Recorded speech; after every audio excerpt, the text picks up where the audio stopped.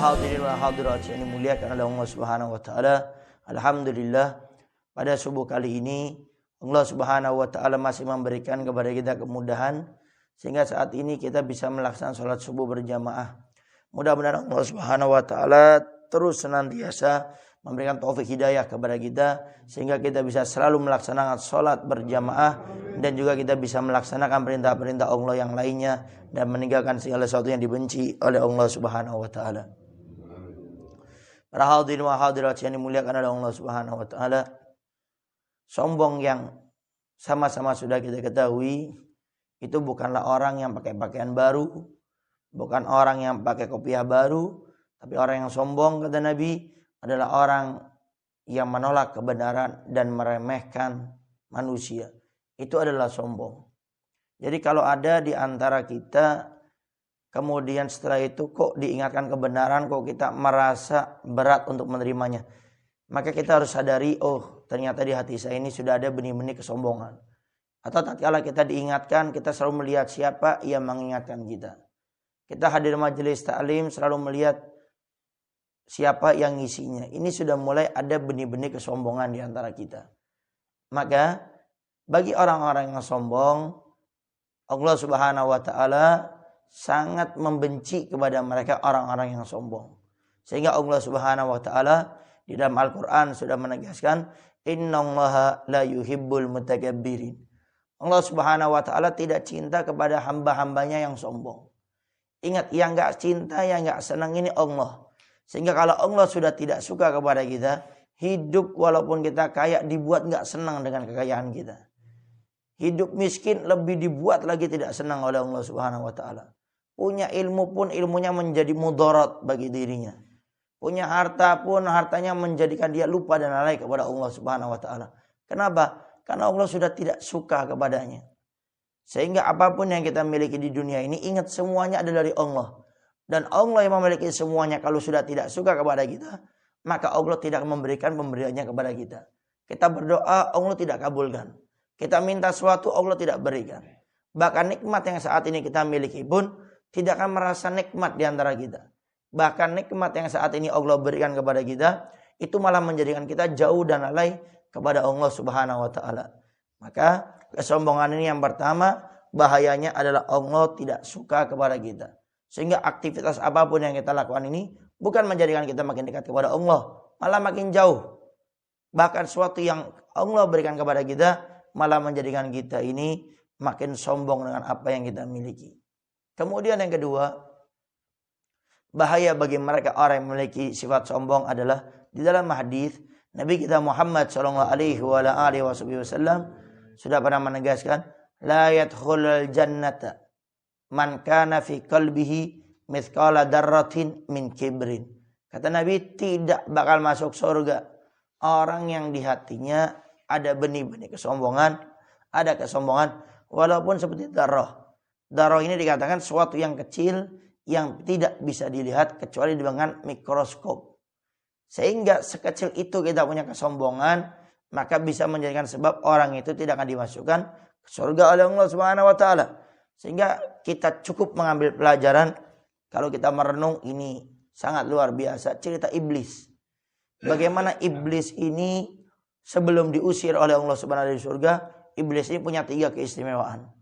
Yang pertama, iblis itu sudah masuk surganya Allah, di dalam surga sudah kurang lebih 80.000 tahun. Kemudian yang kedua, iblis ini gurunya malaikat-malaikat Allah. Jadi malaikat belajar dengan iblis. Allah perintahkan. Dan iblis ini punya julukan di antara malaikat-malaikat Allah, namanya Tawus. Gurunya malaikat-malaikat Allah. Kemudian yang ketiga, iblis ini dikatakan tidak ada tempat di surga kecuali semuanya sudah disujudi oleh iblis. Sehingga iblis yang saat ini kita ketahui dia adalah hamba Allah yang dilaknat oleh Allah, sebelumnya itu makhluk yang sangat luar biasa. Sangat hebat keilmuannya, sangat hebat ibadahnya. Tapi tatkala Allah ciptakan Nabi Adam alaihissalam, kemudian Allah perintahkan kepada iblis untuk sujud kepada Nabi Adam, iblis tidak mau. Aba wastakbar. Menolak untuk bersujud, wastakbar, dan menyombongkan dirinya. Iblis katakan, ana khairum minhu khalaqtani min nar wa khalaqtahu min tin. Ya Allah, saya ini lebih bagus, lebih afdal, lebih mulia daripada Adam. Engkau ciptakan Adam dari tanah liat. Sedangkan engkau ciptakan aku dari api. Maka aku lebih mulia, lebih agung daripada Adam. Maka karena kesombongannya ini, iblis yang tadinya sudah di surga diusir oleh Allah Subhanahu wa taala sampai akhirnya dilaknat dan di hari kiamat akan dimasukkan ke neraka oleh Allah Subhanahu wa taala.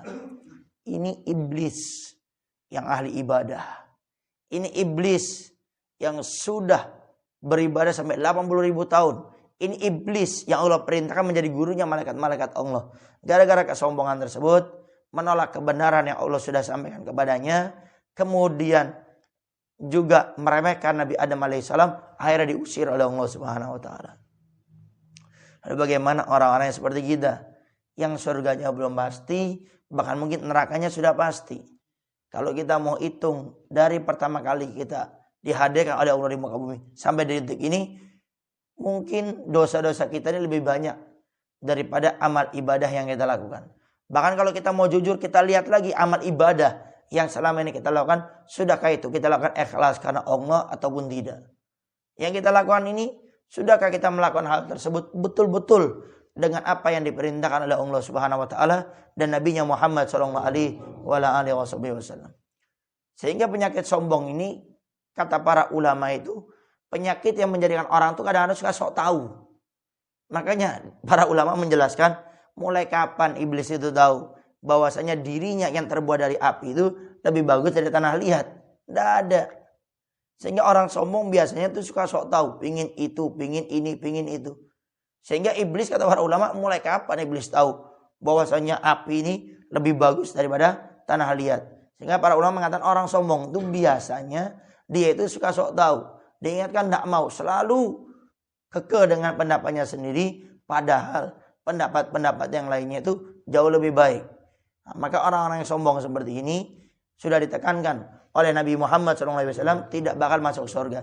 Ini iblis yang sudah di dalam, diusir oleh Allah Subhanahu wa taala keluar. Lalu bagaimana dengan kita yang notabene surganya belum pasti, bahkan mungkin nerakanya sudah pasti, maka sudah barang wajib di atas wajib, kita harus menghilangkan daripada penyakit sombong ini di dalam diri kita masing-masing. Para hadirin wa hadirat yang dimuliakan oleh Allah Subhanahu wa taala, mungkin itu saja yang bisa Al-Bagir sampaikan. Mudah-mudahan Allah Subhanahu wa taala menjauhkan dari kita semuanya penyakit sombong, dan mudah-mudahan Allah istiqomahkan kita dalam kebaikan, dan mudah-mudahan Allah Subhanahu wa taala menerima semua amal-amal kita sehingga di akhir hayat Allah cabut nyawa kita dalam keadaan husnul khatimah, dan di akhir Allah masukkan kita ke surganya Allah Subhanahu wa taala. Amin. Amin ya rabbal alamin. Saya yang bisa Al-Bagir sampaikan, kurang lebihnya Al-Bagir minta maaf dan mohon doanya selalu. Akhirul kalam. Assalamualaikum warahmatullahi wabarakatuh. Sama jangan lupa, kalau yang tidak ada udzur, kita ada majelis setiap malam Kamis.